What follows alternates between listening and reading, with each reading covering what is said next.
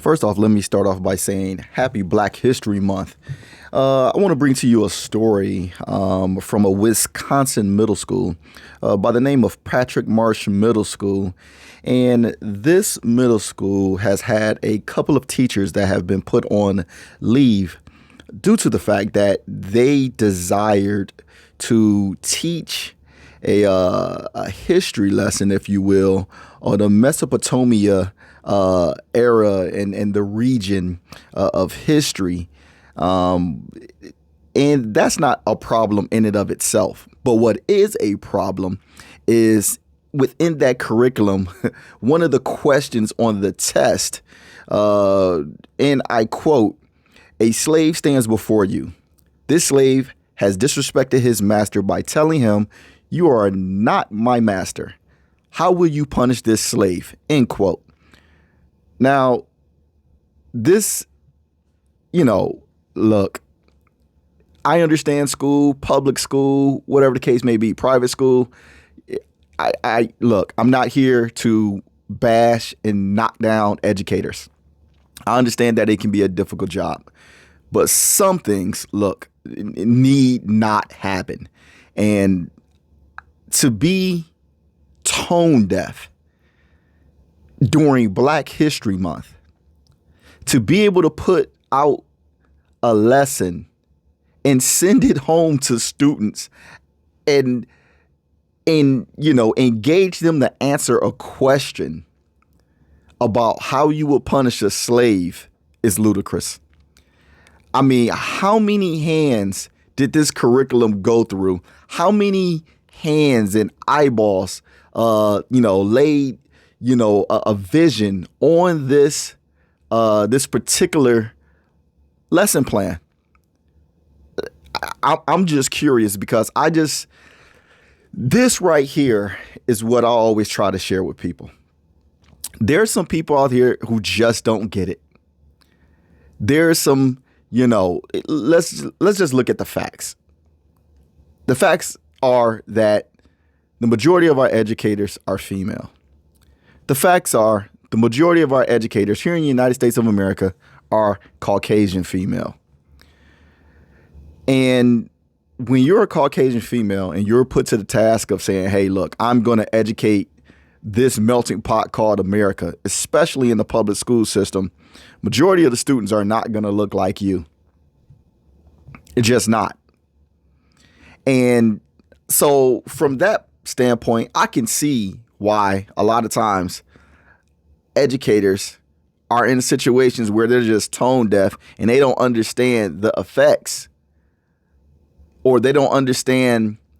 It's one of two things. Either they don't understand it or they refuse to understand the differences between them and the students that they teach.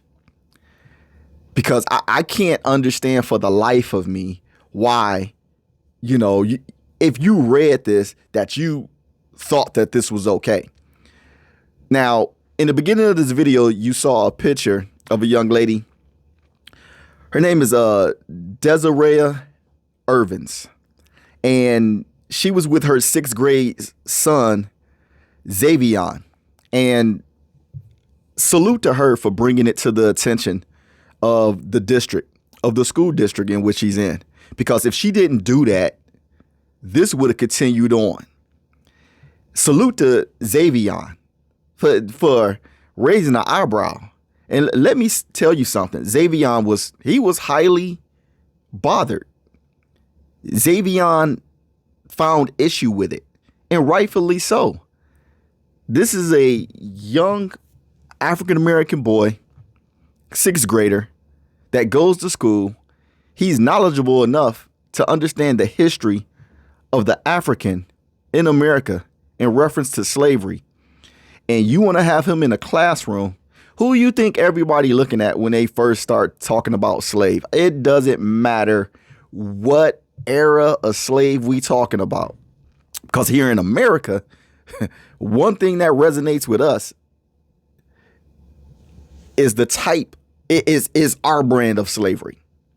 And I hate to even say it like that, like our brand, because I don't have a brand of slavery. I'm not included in that. Nor is Zayvion, nor is his mother. But the point that I'm getting at is this. The slavery that America has put upon the African and us being African American people, that still resonates with us today in reference to the feeling and what comes with slavery, everything after. How, if a sixth grader can understand that, how is it that a so-called educator doesn't understand that? Now, just in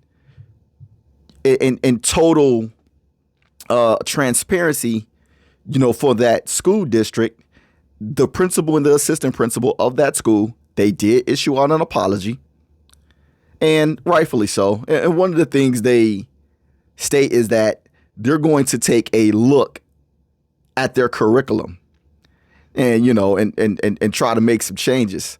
And I would say it's going to take more than you just looking at the curriculum.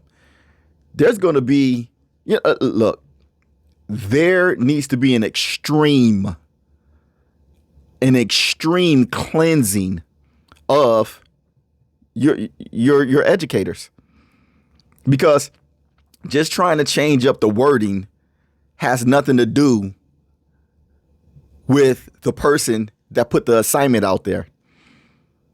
Now, it's good that they took the first step by putting them on leave. Now, I'm not quite sure exactly what that was supposed to do. I don't know if that's supposed to just give those teachers some time to lawyer up and try to protect themselves. I'm not sure. Is it just to get them out of harm's way so they can issue this apology, so those teachers don't feel the heat? I'm not sure exactly if that's a tactic or if that's, of course, the school district will say, hey, that's policy. Okay. I hear you. Sounds good. But here's the thing. I would say whatever those educators think that they're going through, you're an extreme small fraction of what that child is going through. That child is going through way more than what you will ever go through, because you didn't think enough to put it out there. But at first glimpse, a sixth grade student understood that something was wrong with it and has to live with that. Now that sixth grade student has to grow up and become a man, knowing that while in the sixth grade, while in middle school, while in my vulnerable years where I'm supposed to be, coach, counsel, and mentored and groomed and educated and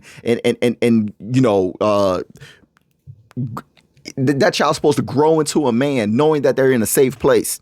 But in the safe place, he was brought to understanding, guess what? Things may change, but they'd stay the same. What you, as a black person, thinks is a problem, we, as the people who's supposed to be the caretakers of your education, we don't see it as a problem. That's the issue that we deal with here. And I'm glad that that parent spoke up. I am extremely glad, extremely proud of that young man for speaking up, because when we don't speak, and this is why I say it's important to speak. All things aren't just to be swept under the rug. All things aren't for a system to, pick and choose what they think is best for us. We know what's best for us. You know what's best for you. But if you don't never speak up for yourself and demand that there's some change, it doesn't matter who the individual is. Doesn't matter if they're in what type of power or seat that they sit in. It is incumbent upon you to speak up for yourself and demand a change.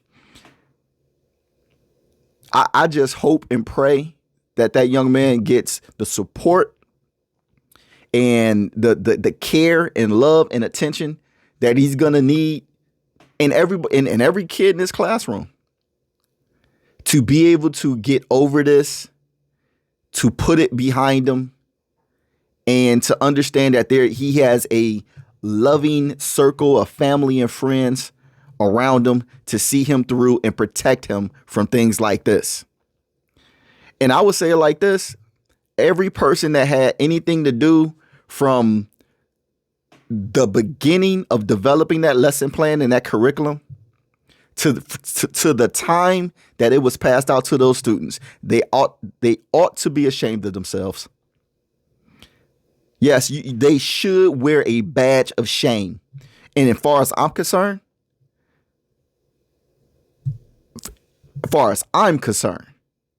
if they desire to right the wrong, not only should the school come out with a public apology, but each and everybody who had something to do with that curriculum must come out, and they must show without a shadow of a doubt. Because if you're not going to do it for anybody else, if you're not going to do it for another adult, if you're not going to do it for the parents, at least doggone it, do it for the kids' sake.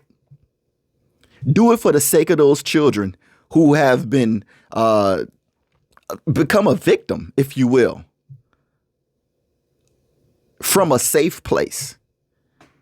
The safe place has victimized these children. So I think, yes, you should propose an apology that's written not to those children. And this is a time when there's no such thing as overkill. To that community, to that school district, everybody should take a hand in making this right. Because I tell you like this, if that's not done, and the bare minimum is done to try to sweep this under the rug, it goes to show you, we as Black Americans, what we have to deal with every day, and just not in Black History Month. This is SpeakRoc with SpeakRoc the Show. Thank you for tuning in.